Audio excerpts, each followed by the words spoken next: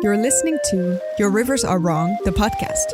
My name is Merle. I'm here with my good friend Dante, and we're here to build worlds and tell their stories. So sit back, relax, and enjoy.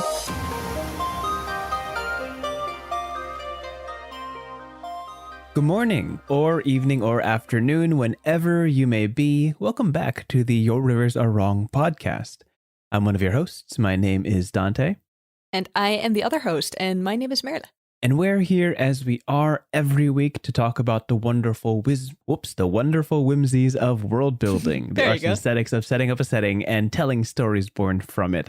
I think that's my favorite intro. I'm gonna use that one more often. It sounds so satisfying, I have to say, despite the hiccup. That was pretty good. How are you doing? How is your week? Are you feeling more well rested than last time we met up? Strangely, today the answer is yes. Yesterday my answer would be no. Wait, I don't know what happened strangely? overnight. Well, because this entire sort of week has been super turbulent and crazy. Like I've had the uppest of ups and I had the downest of downs. And today I'm fine. So I don't entirely trust it, is why I said strangely, I think. But we're good and I'm happy that we are good. So that's that. But there's a lot on my plate. So trying to, how do you say that? Like organize myself is a thing this week. Sure. But yeah, I'm sure you can speak to that too. Yeah. So is this week as busy as last week? Busier, less busy? Is there like a rate of improvement? Or I think last week you said like the work just continues getting harder for this season. A little bit, yeah. I mean, right now, like I think why it was intense last week, it still is intense, but now I'm sort of organized intense. Okay, cool. But why it was intense last week is that it just started. Like a lot of things started to do their thing that week. So I had to make sure how to do them all in the same time span, And this week it's still the same, but at least I know now what it is. And I sort of have had 7 days to try to like keep my mindset in the right place, which didn't always work. But today it sort of is. So that's good. Careful steps forward here. Yeah, last week was a whirlwind of just things happening like Monday, Tuesday, Wednesday. Yeah, for you too, right? Yeah. Yeah, it was just like wake up, do something, go to work, and then come back, work on something, go to sleep. Yeah, like, yeah. All that. But you did finish a big deadline we just talked about, so that's good. That's very good. Yeah, got a solid video out on YouTube, up literally now. I think I just put it on public, which is amazing. Awesome. Yeah. And update for people who listen to our podcast regularly. I've memorized all of Europe. Oh, that's right. Done it. Oh, you sent me a screenshot. Was it last night? I think so. I can't believe that you also did that, as you also had to finish this video. but I'm so jealous and proud of you. So the weekend was such a blur that when it was over, I was like very, very relieved. I'm like, okay, now I suddenly have just a little bit of free time, but I'm still in that kind of productive mindset. So you know what? Let's pull up a map of Europe and just learn it. I love this dedication. Yeah, there's a really fun like website. Well, fun for me. Fun website where you can like, it's like find Russia, click on Russia, like a Dora the Explorer kind of thing. I'm like, oh, that's wonderful. Russia. Amazing. Find Luxembourg. I'm like, where is Luxembourg? I'm like, all the small countries are the worst. You talked about the ones in Italy and stuff. Yeah. There's countries that I didn't even know that were countries. Like there's the Vatican and the San Marino, I think is one. Like all those tiny little things that somehow are close to Italy but are their own thing. I'm very confused about them. But at least you got them. You got the 100%. That's so cool. Absolutely. There's like Malta and Andorra and like there's like a little one in Switzerland, like Liechtenstein. I don't know how to pronounce it. Yeah.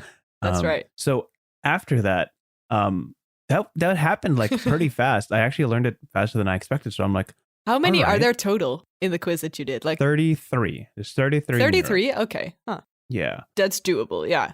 After I finished that, I'm like, well, let's keep going. So within the next 2 hours, I memorized all of Asia and all of Africa. My dude. I didn't know that. I just kept going. Dang. I'm just like, okay, wait, I could do Asia now. I already know like half of Asia. I could guess on half of Asia. Fair enough. But all the enough. stands are really hard. So I like made like a little like rhyme to them because they all end in stand. It's really easy to rhyme them. That's true. And then after I did that, can you please do the rhyme, please? Oh no! I refuse. Oh shit. I only know that there are 7 stands. Everybody there. That's how I know when I miss one. There are 7 stands. Absolutely. Yeah, there are. For the record, we're talking about like Pakistan and stuff, right? And Turkmenistan. So, and Tajikistan is also a country. I did not know that for the life of me. And Turkmenistan. Yeah. So I think there's 33 countries in Europe, 48 in Asia. Okay. And 55 in Africa. So Africa took the longest, but Africa's tricky. when I got them all down, I was like, yes, let's go. Let's go. I was like pumping myself up in my chair. Amazing. And I just like, oh, okay, that felt good. That felt good. So what's still left here? What's the next step here? Is it South America or is it all the tiny like ocean islands? Are they part of Asia? I'm not sure. South America, surprisingly, I think it only has like either 13 or 18 countries. Yeah, it's not a lot of them. Small. Yeah. I mean, there's quite a few countries like in between the North and South America. Like all the Central what's America, it called? Yeah. Like El Salvador and then everywhere where like the Bahamas are, like that sort of in between. That's a lot of them. Yeah. But then I guess they're just a lot of big countries. Like Brazil's really big and all that stuff. Yeah. So I think North and South America, I looked at with my friend. He's like, he knows all the Caribbean islands and everything there. So he like helped me hash that out. But then I looked at like Oceania and it's just a lot of dots. And I'm like, it's the worst. Maybe later. Maybe this one afterwards. Yeah. Do you know this rhyme from the Animaniacs where they do all of the countries in the world? Have you seen this? I've heard it, but I haven't looked at it yet. Because I think I looked it up once and I was like, is this the easy way to do it? Probably not. So then I just did the quiz that I think you are doing now, the world, all the countries of the world quiz. By the way, they even have one where the map is like completely empty and you just have to like add names and then hopefully you'll get 100%, which is even harder. I did Eurasia. I did the Europe and Asia combined. Okay. It took like close to 45 minutes to an hour, but I got like 93 to 93. And I was it's so satisfying though. I'm pretty sure I got it down pat. I got to try it today just to make sure I didn't forget everything, but it's fine. You got to keep it up. It's an accomplishment. Yep. Well, I haven't made any progress in the States. So you're ahead of me now, which makes me very productive maybe in the next few hours. Listen, I know you don't still have to design much, a book, but you don't have much free time, but when you do, I really should. Yeah. I think this is just like a mindset thing where you have to, just like you did, like at some point you're just like, I gotta try it. Yeah. And the fact that it was like gamified, the fact that like you got a score and a percentile. That helps a lot. Yeah. And like there was a point when it's just like, oh, you did this in 4.5 minutes. Have you tried 4 minutes? And it's like, oh, I haven't. You can do it faster. Yeah, exactly. Amazing. Sounds like a productive week. Start of one. Absolutely. Beautiful. With that, let's get into our first topics on world building. I think you're starting us off this week. Is that right? Yes, that is right. I will start us off. And I didn't think about this at first, but that's ironically very much related to my topic. Because I wanted to talk about beginnings.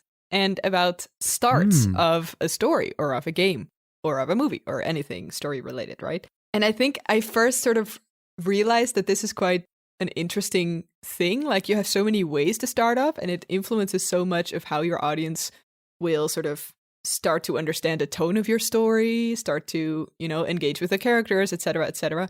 Specifically because there's a sort of trope in D&D that's like, oh, you all start in a tavern. Right? You've heard this. Of course. Where every character just sort of meets up or has, a night out and they just end up at the same table and that's where you start. And of course, it's quite logical in a way that it's nice to have your, brand new characters that you're trying out for the first time meet in a somewhat familiar environment, right? Like they don't also have to fix or find out what the environment is in the first interaction with the other characters that are also still strange to them. That makes sense. But there's also a lot of ways that you can really flip that on your head. And it's a really fine balance between like what's done before and what is because of that maybe very quickly becoming boring and what is very new, but also maybe harder to grasp at first glance when you're an audience and you want to engage and find out what the story is, right? There's this thing about how people really prefer if a story is already super engaging in the beginning so that you don't feel like you have to get to the good parts, right? Like it's very hard to keep on reading if you have to get to the good part of the book. So maybe just to start off, a question for you. Did you ever start in a tavern? And second question, do you have stories in mind or can you think of examples where you really loved specifically the beginning of a book or story, I should say? So yeah, the first part of that question, yes, I've absolutely started in a tavern. My first campaign started in a tavern. There you go. Because, it's a place where anyone could realistically walk in and sit down. You don't have to worry about their backstories quite yet. Yeah. You could just kind of place them there. It's also a very safe place for, especially in D&D, new players to kind of slowly roleplay their character, say things their character would say in a way that's not like super pressing or super relevant to the whole backstory, the story they have in mind for them. It could be it could be like, what do they look like? What do they do? What do they say? There's no pressure of time, which makes it a very safe place to start. In D&D, of course, there's also the running start, as you mentioned. The fact that something's already happening, all the characters are thrown in, something is quickly developing, and regardless of who you are, you gotta go do something about it. That's more of an action-based start, and it gets everybody really riled up right at the beginning. And after it all hashes out, you accept that all of you had a shared experience, which unites you. Exactly. Yeah. And from there, the story can go. One of my favorite starts that Dimension 20 employs pretty much every campaign is that the first session of D&D, the party meets at the very end. So the last 20-30 minutes of the session is when the party properly convenes. But the first 2 or 3 hours, every single character gets their own little, what's the word? A prologue? Prologue, yeah. Where they just have a one-on-one with the storyteller and kind of get to show what they're all about in that moment alone. So that you're kind of just assembling the cast one by one, kind of piecing together what the party's going to look like. And then finally, when they reconvene, every player has a good 20-30 minutes of content from the other players to know what they're all about and what their dynamic is. And then you get to see it play out. Like, that's a very slow burn start. Yeah. Very gradual. And I think that's interesting also because the players are still at the table, even though you have a one-on-one, right? You can still sort of peer into the story a little bit already, even though you're not playing yourself yet. Yeah, you don't have to stress about your character. You just have to, you get to watch and like learn. And that's a really simple way to start. But yeah, those are the 3 I'm familiar with. In terms of stories, oh gosh, none are coming to mind right now. But it usually I do like running starts in books, particularly when the character is already doing something that they're very good at. So you hear them kind of in a voice of comfort. So like a character might be, like going on a mission or hunting a deer or something like that. And you get to see them in their element doing exactly what they're good at, like soft steps, keen eye, aim and fire. And like there, you kind of paints the character in a very like confident and capable light, which I really appreciate. And then once that's established, you get to throw them into situations where they're less comfortable, like social encounters, dinner tables, things like that. Yeah, for sure. I think that's interesting because, you can have multiple ways of starting a story, but they can all be action-based or sort of, what's the term? Immediate res, I think is how they call it, when you just sort of drop in the middle of a sort of sequence or thing developing or evolving. But it's funny how you sort of describe the first thing, like when someone's really capable and you can see them do what they do best. They're everyday, but it's a very cool everyday, of course, like, I don't know, when you're a fighter or when you're a hunter, etc., etc. But I think the other way can also be very engaging in a way that's more like surprising, or it made me think of, what's the game show? High Rollers with Mark Humes, where I think they did a sci-fi, I think I forgot the name. I'm so sorry. I'm not a like, how do you say that? Devoted audience member, but I think they started their story on a sort of spaceship that was starting to crash in the middle of the night or something. And I think it was super cool because none of them knew each other, similar to what you were describing, but also they weren't that capable in, they never were in a spaceship that crashed before. So they just had to make do with whatever they were able to do and then find out that there were more people like the other players that were also trying to do the same thing. And I think that's also interesting because then you sort of, it reminded me a little bit about the quote of like, you can only know who your real friends are if you fight with them or if you're, in a situation of life and death, that sort of stuff. And I think the sort of forced aspect of that is also quite interesting, like the sort of forced uncomfortability. I mean, it has to work. It's a bit more tricky, I think, than the thing that you were describing, but I love that too a lot. Yeah, absolutely. That start is also employed in Dimension 20 in Star Trek Odyssey, like their most recent 5e campaign. Oh, okay. Which takes place in a sci-fi setting that was written by the DM, Brendan Lee Mulligan's mom. So what? he That's so cool. Yeah, I didn't know that. she wrote like a book visual novel, I think, with somebody else. And Oh, there's like a whole amazing. universe tied to it that's incredibly sci-fi, like grungy, spacefaring, pioneer sort of thing.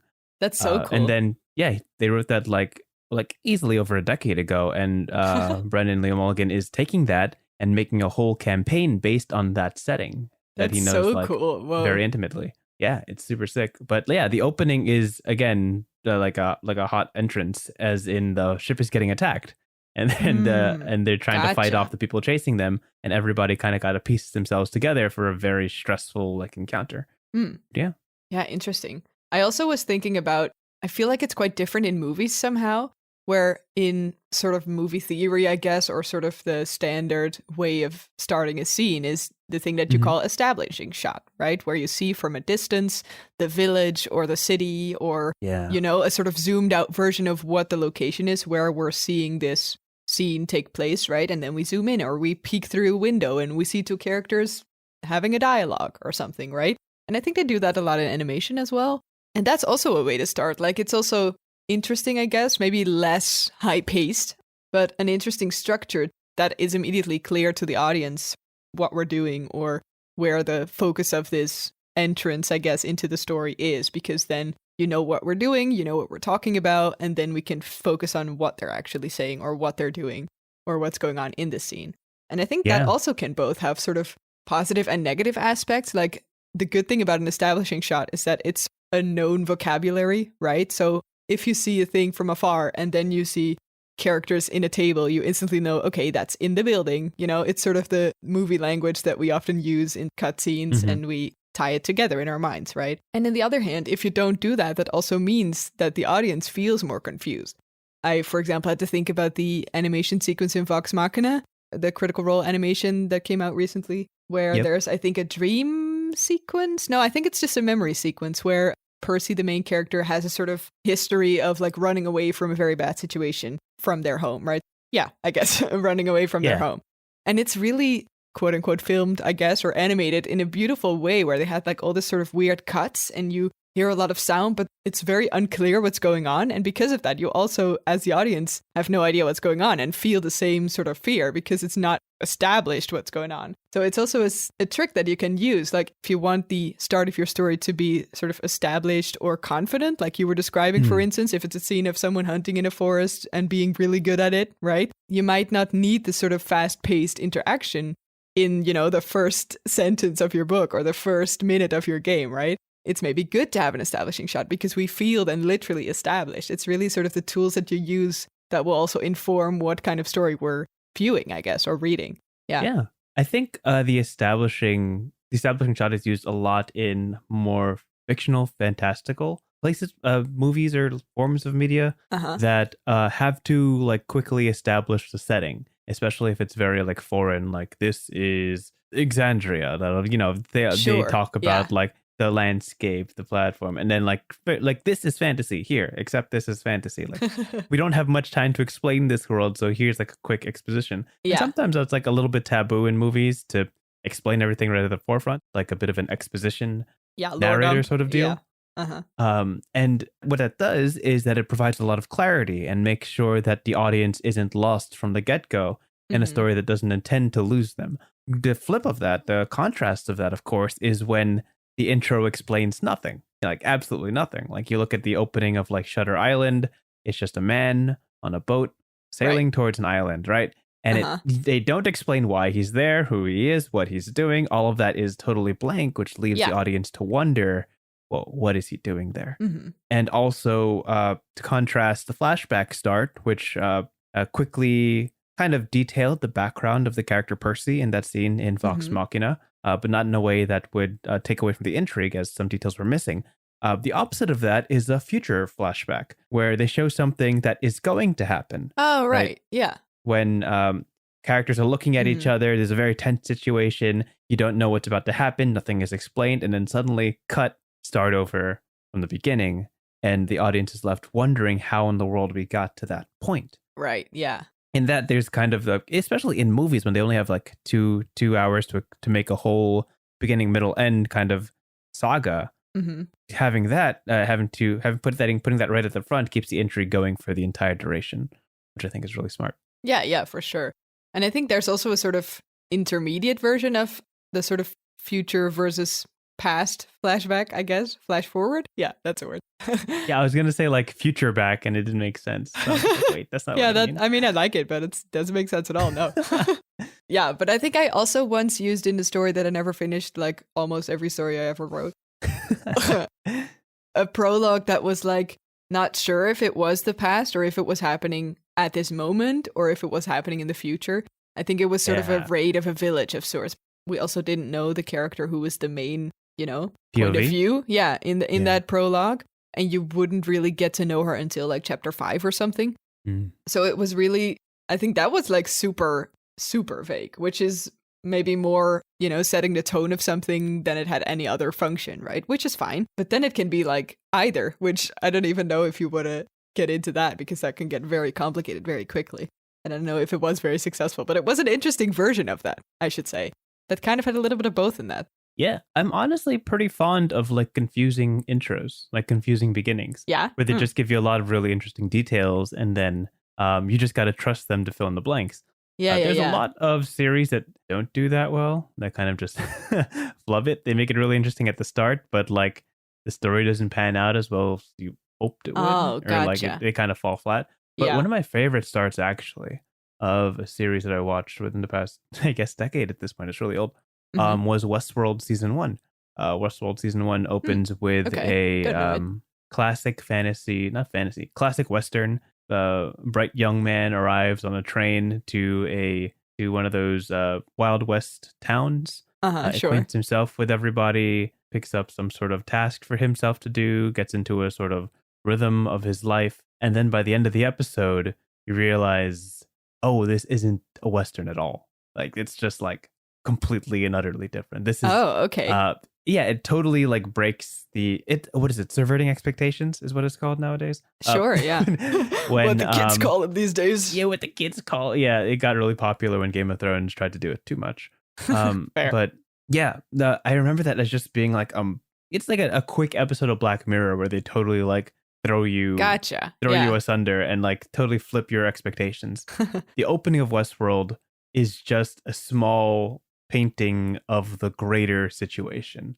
And as the series goes on, they are really, really confounding. Their whole ideal is that like you don't understand anything until the last 2 episodes of the season.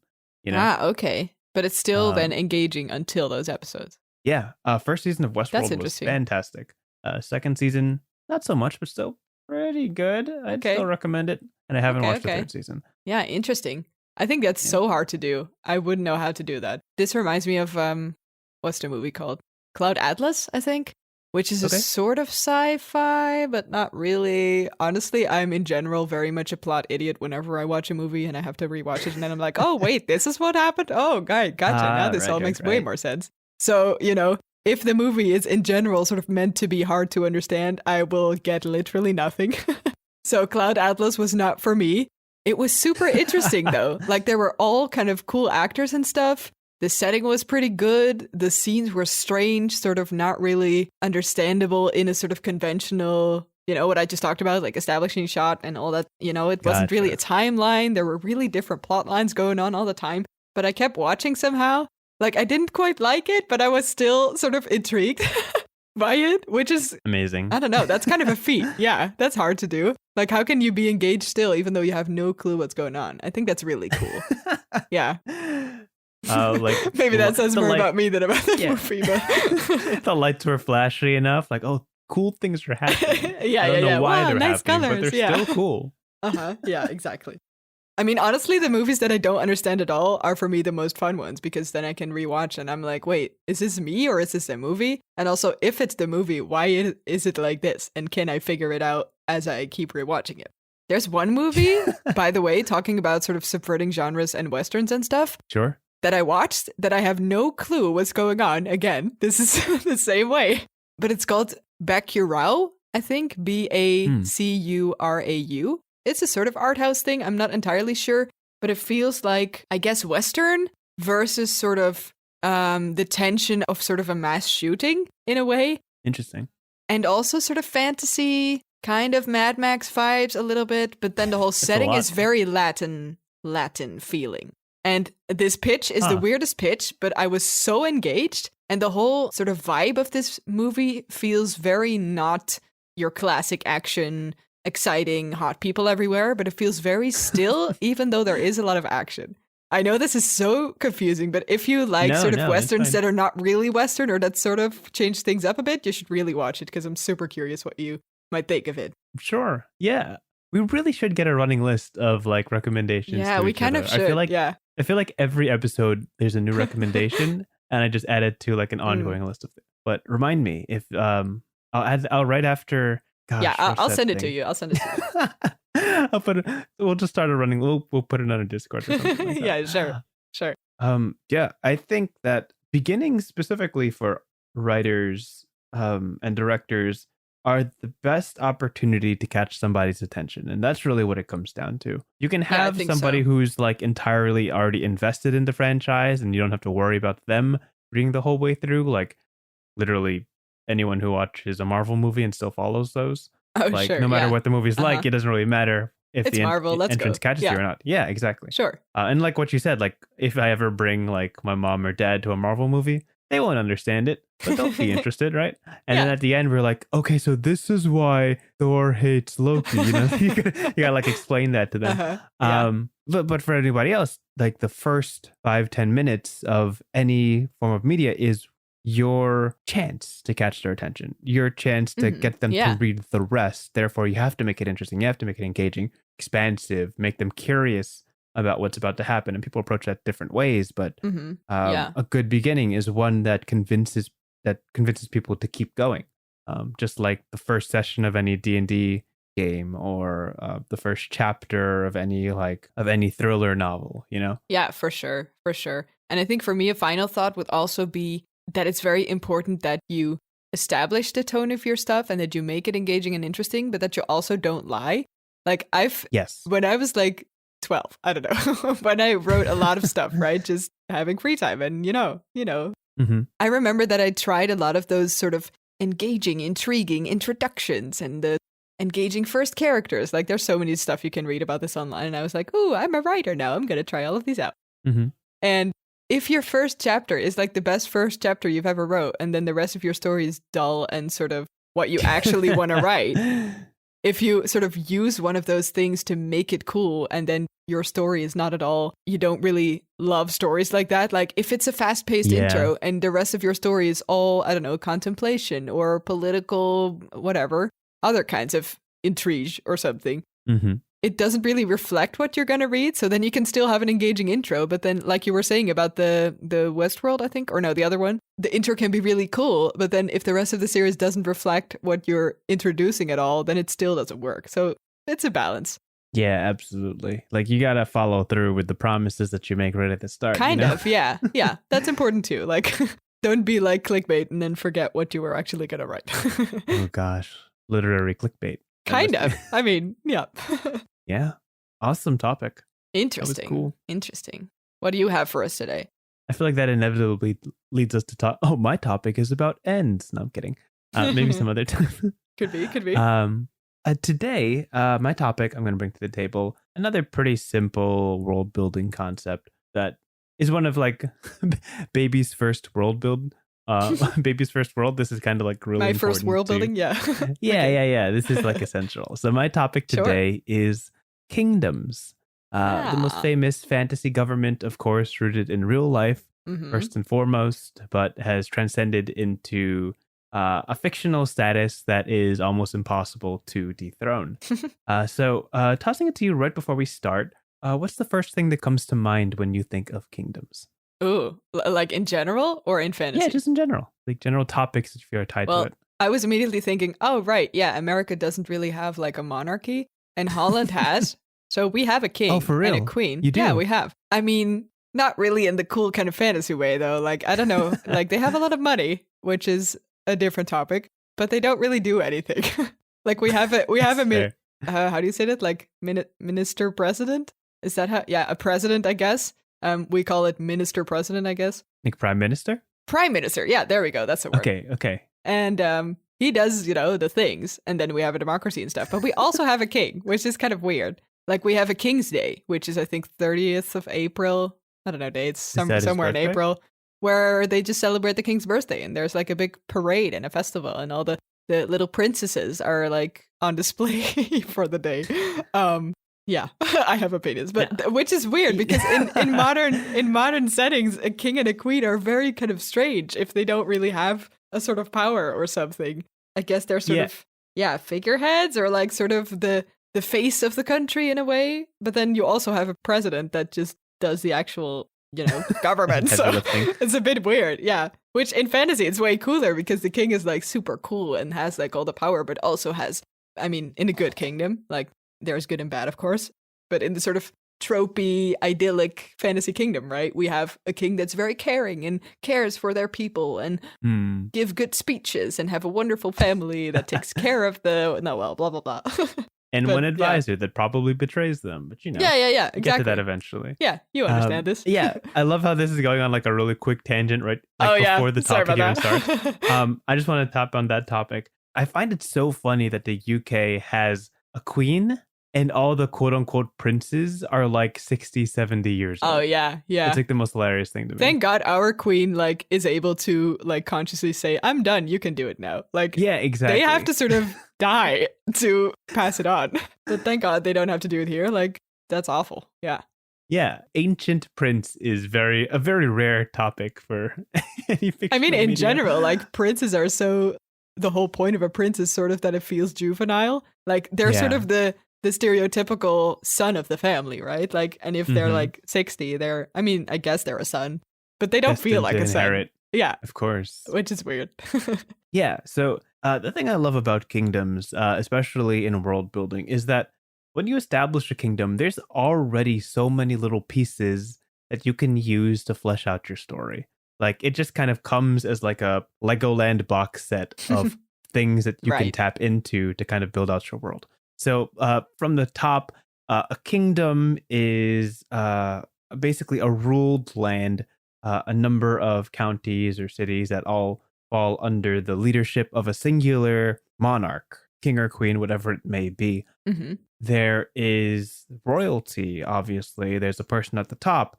There's princes and princesses, people who will eventually inherit the throne and allow an opportunity to see the kingdom in a different light.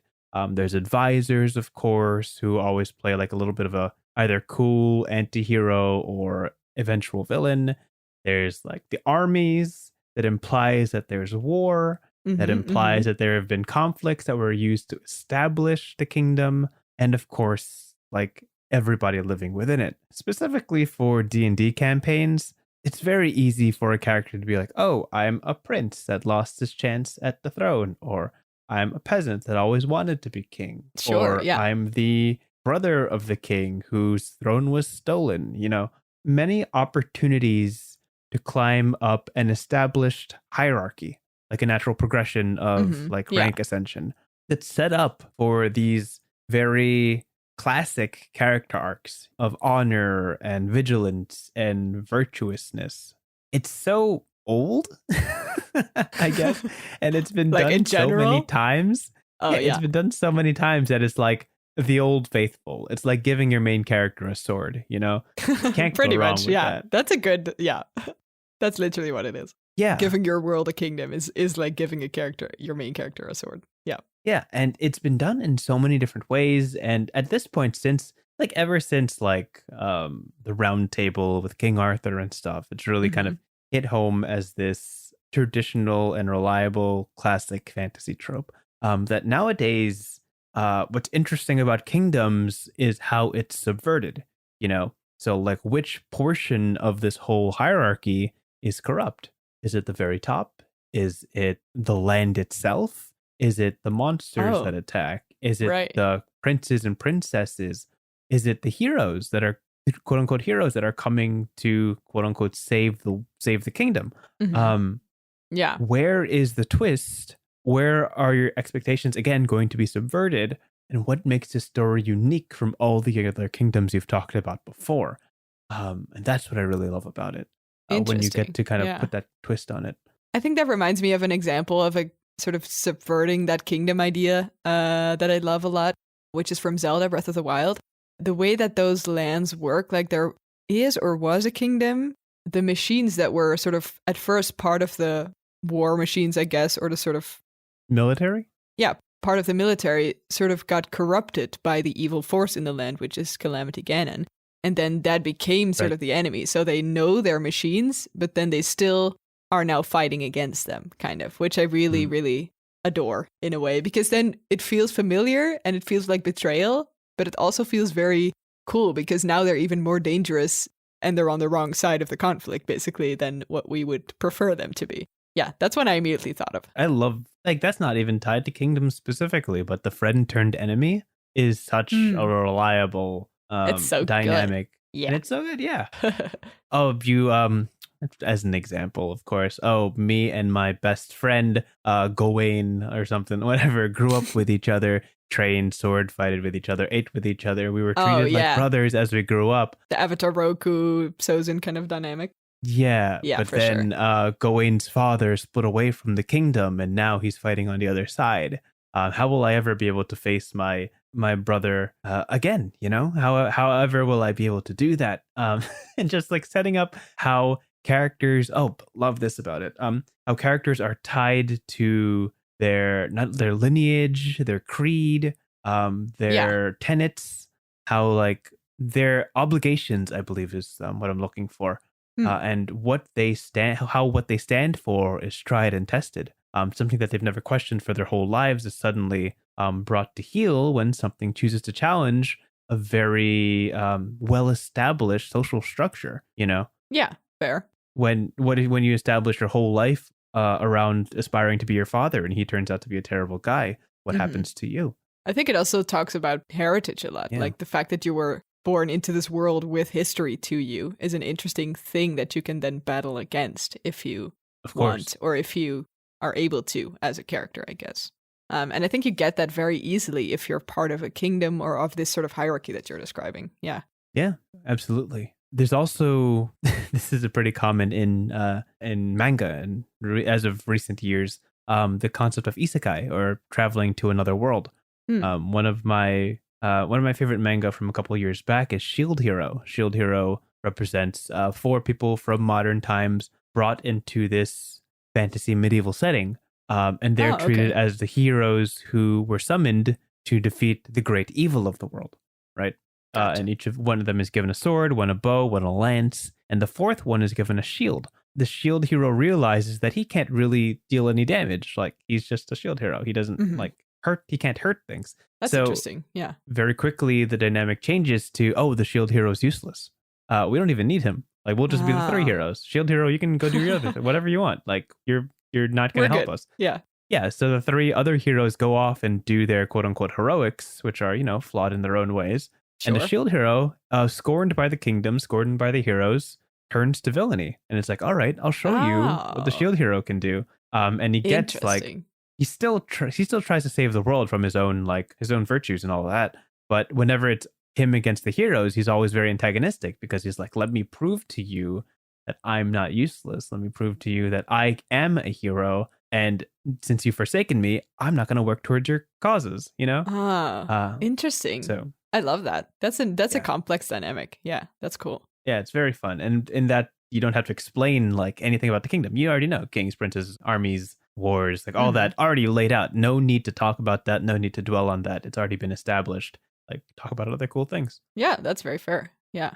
Another one of my favorites that I remember is, again, Dimension 20. They have a campaign called Crown of Candy, where all the characters are based on Candyland-esque designs. So it's a full-on fantasy kingdom, as is per usual, but the roads are made with like taffy and and the castle's made of sweets. And all the characters, like, it's the king, his guardsman, his advisor, 2 princesses, and like a half-related prince. And that's the cast. That's all 6 players. Okay. Like, they're all just a they're family all part of by it. default. Okay, cool. Yeah. like they're all intrinsically linked and they're all like a family by default. So watching them, which is very interesting in a D&D setting where all the players are very related. Yeah, they already sort of know each other very well. I love that. That's interesting. I don't think I've ever seen that in a thing that I've watched before. I mean, people being like brothers or close friends, of course, but then still in a setting where most of the players are strangers to each other. But only some of them have bonds. That's really cool. I hate that I don't have Dropout. Like, I think this was like a credit card issue or something, or I could only pay. Like, this is a Europe thing. I've looked this up multiple times. Like, is this just me being lazy and not like looking into it enough? But it's really hard. I don't know. Listen, if you ever want me to stream anything, just let me know. We should do some stream parties. Yeah.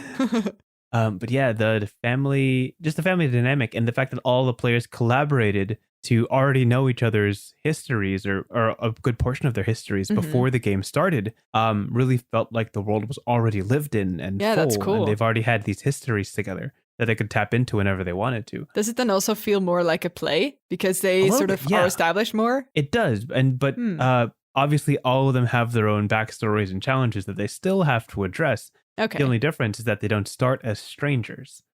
So like, if one character were to betray another, then it's not just what happened in the campaign. It tackles everything before it as well. Which is a fantastic take. Very nice. Yeah. Cool. Yeah, that's why I just call it Old Reliable because can't go wrong with a kingdom. I put a mountain to the side, put a dragon on top, a kingdom over in the side, dark history, clean walls, king trying his best, and a prince that really wants to prove himself, and then ship it, Let's go. We're done. Yeah, I'm sold. Give it to me. I'll read it. I'm a sucker for those kind of things. I mean, tropes are tropes for a reason. Like, if we know and love them, we keep doing them all the time. So yeah, I feel that. Absolutely. Okay. Well, I feel like I've talked as much about kingdoms as I can for now, unless we want to go any deeper into it. No, that's a pretty good summary. Yeah. It's a good opportunity to wrap up our podcast with a prompt. I believe you're doing it this time, right? Yeah. Or, no, you're pitching it this time. That's what's happening. Yeah. I'm giving you one, right? Cool. Yeah, okay. Yeah. We're on the same page here. Yeah. Yes, I have a prompt. And this week, I was thinking maybe to revert a little bit to what we did previously, just to change it up. And let's just have an interesting discussion about one scene in specific. Let's just build in, 5 minutes or something. Let's just build ourselves a chase scene. And I'm curious what the chase is about. Ooh. Okay. So you want to do this like collaboratively? You want me to you can just start off. I'll just, pop in every now and then. We can chat about it. Sure. Okay, so definitely this chase scene, the character, the one that is the focal point of the camera, I guess, and if this is a movie chase, sure. Has definitely taken something. That is, it was stolen. Okay. Theoretically, the main character was like, technically it should have belonged to them, but not everybody agrees with that, so they Is this like a sort of spy sequence then? Is this like... Yeah. You put that like... dropping from the ceiling in a museum and, Yeah, that really like quick brass behind it, and you got the snares keeping the pace and the tempo really quick. Exactly. Let's put this in a modern setting. Let's put it through the streets of a bustling city, maybe like throw it into Chicago. Oh, okay, sure. Yeah. Okay, so describe who's chasing them because they're moving pretty quick. Ooh. I feel like this should be an entity or like multiple people at least. Sure. Probably, if we want to keep this interesting, probably like a few people running, a few people calling enforcements of sorts. I guess it's just a law. Maybe that's lame, but it feels like it works if we're doing like a sort of stolen goods thing. Of course. Maybe some will get like a vehicle and do like the hardcore chase. I don't know where our main character will be at that point, but they'll have to figure out how to be faster than, I guess, a police car of sorts. Yeah, absolutely. You got a couple of whistles. You hear a couple of dogs, probably. That. Sure. Some sirens. I'd like to imagine that this is like sort of a big city where late at night there's like a lot of neon signs and stuff that's still super busy. Like there's still a lot of crowds going on. So you will have like the sort of very quick paced shooting in between people and trying to find leverage and trying to sort of duck behind alleyways and sort of, shake them off, I guess. Sure. Now let's put a twist on this. The people chasing and the person running are very familiar with each other. This is not the first chase. There's a lot of history here. Interesting. And the people chasing know that the runner is a shapeshifter. They can change their form. They can change what they look like. Okay. Hello. But they've made some precautions here. So I'm gonna show you what the runner does, and you help me out with how they figure out what's the catch here. How do they always know where the shapeshifter goes? The shapeshifter he's going to duck into like a gap or a Hollister sort of setup, like Aeropostale, Sure, yeah. American Eagle. Gonna run through the door. You hear the ring. The person at the front's like, "Oh, how can I help you?" But they get blown to the side. Sure. They dip into like a pile of discount bargain bin clothes, and they emerge from the other side entirely dressed as somebody else. Their form is a little bit shorter. They look a little bit younger. Their hair is swept to the side. It's kind of brownish, looking like a classic American teen. And they dip out and they rip off all of the tags and disappear out the front door to try to turn the corner and try to blend into the crowd. Interesting. So how do the chasers figure out exactly who that guy is? Well, I would say if we're talking about, heritage and being related to each other, why not make them super close in terms of family bonds or in terms of history? Okay. Like maybe the one that got stolen from, I guess, and the shapeshifter that is the one that stole the stuff. Mm-hmm. Still don't know what it is though, but we'll figure that out. Yeah. Are perhaps brothers or perhaps they're siblings. And either the shapeshifter in the past used to do all these sort of the kind of twin trope, right? Where you have like all these pranks because you're able to interchange. Maybe the sibling is also a shapeshifter, which might make it interesting because then, you know the tricks, you know the, how do you say that? The game Tricks basically that they're playing. Yeah. Which could be interesting. Or if we wanted to do it differently, the sibling is perhaps just so used to the way that the others use their tricks or use their way of shapeshifting that they can figure it out really quickly. But I'd like if they're also shapeshifter, I should say. Perhaps they get interchanged at some point in the story, like who is in this term is still the bad guy and who is the good guy. Maybe the shapeshifter that's running away first belonged to the party or, I don't know, the business or the whatever of the guy that got stolen from and is now sort of turning against them for reasons. Yeah, I'm thinking like one of the shapeshifters joined the police force, like to really turn over a new leaf kind of thing. Was like, I can help. Like, I get it. I've done a lot of wrong in the past, but I can fix that. This is, by the way, super Catch Me If You Can. I don't know if you've seen this movie, but I rewatched it lately. Oh, it's so good. Okay. This can be on the list. Cool. This is basically a con man that we can just see, which is Leonardo da Vinci, I wanted to say. No, DiCaprio. He doesn't live anymore. He comes back to life for one film. That would be interesting. Yeah. This is such a... Okay. But basically, he's sort of becoming super good at fraud and forging bank checks and stuff. And we see this sort of chase of him constantly getting away by the police. And at the end, he eventually gets recruited out of prison to, shorten their sentence to work for the FBI or something instead, which is so satisfying. But anyway, continue. Yeah, of course. Yeah. These brothers were partners in crime, Two peas in a pod, could never be caught. Okay. But one of them kind of had a change of heart. Obviously, maybe it was like a family thing or an injury or a love interest. But, now they're on the side of good. What if things got like so bad that, I don't know, maybe a family member died of sorts. And then one of the shapeshifters was like, I don't want to be responsible for this kind of stuff anymore. And they changed. That's fair. Changed directions. Yeah. And in the person that passed away, in that family member's will, it said that a good shapeshifter guy, good cop brother, takes 100% of my inheritance for turning over a new leaf. Interesting. And bad shapeshifter is like, no, I'm going to take it. I'm going to steal it, actually. He's having some grudges now. Yeah. I like it. Yeah. You've forgotten how to shapeshift. I'm going to show you how to shapeshift. And he steals it right under the good brother's nose. But good brother cop knows the brother always goes to Hollister, always goes to American Eagle. What an old trick. I got you there. So the cashier was actually the older brother. Pins something to the runner. Yeah. Chases them down, Interesting.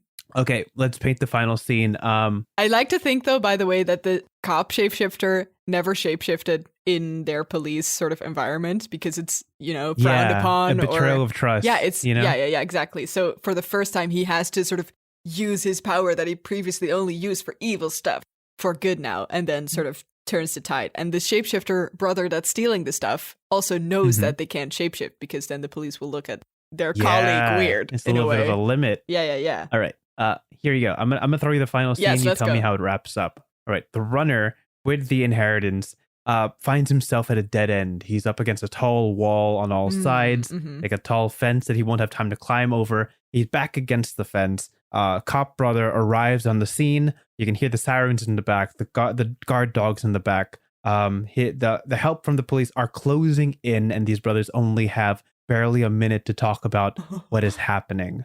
What happens? Oh, God. Okay. They have a very heated discussion for just 1 second. Sure. Which is maybe not even the focus, because as they are finally sort of getting round and getting to understand why one brother stole the other stuff, you know, the sort of emotional height of the scene, the cops finally start closing in, and at the last second, we hear the footsteps in the alleyway, basically, right? We hear the shouting of like, stay down, stand down, stand down. And the brother that was stealing the stuff shapeshifts into their brother and says like, I got him, this is a shapeshifter. And then the brother is still in the form of the cashier, probably, or in another form. Sure. And will have to get out of the situation and is betrayed once more by their brother. Oof. And that leads into movie 2. Yep. The sequel that's way worse than the original one. Let's go. Dang, I hate to see it. I love it. All right. This is fun. Okay. That's a pretty good chase. I'll give us that. Yeah. Yeah, all I needed was like the really fast-paced jazz beat again. Yeah. Yeah, that's one thing. To really hype it up. If only we were super high-end editors of sound, we could fill it in. But yeah, if only we could find some royalty-free chase music somewhere to throw onto this track. It's around somewhere. Yeah. I love it. That's great. Awesome. All right. That is all that we have for today. Thanks for tuning in to another episode of Your Rivers Are Wrong. Again, if you ever find yourself interested in storytelling or world building, it really is just as simple as a really nice mountain and a really nice kingdom. We figured that out today. Yeah. All right. And as you work on that, always remember, your rivers are wrong. Yep. They are pretty wrong. Telling you now. Have a good one. See ya.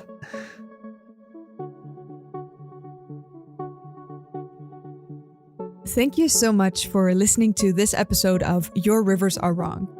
If you have any questions, comments, or ideas for future episodes that you'd like to hear us cover, feel free to contact us at yourriversarewrong@gmail.com. Our intro and outro music is written by Maarten Schellekens. Thanks for that. And again, thank you so much for listening. We hope to see you at the next one.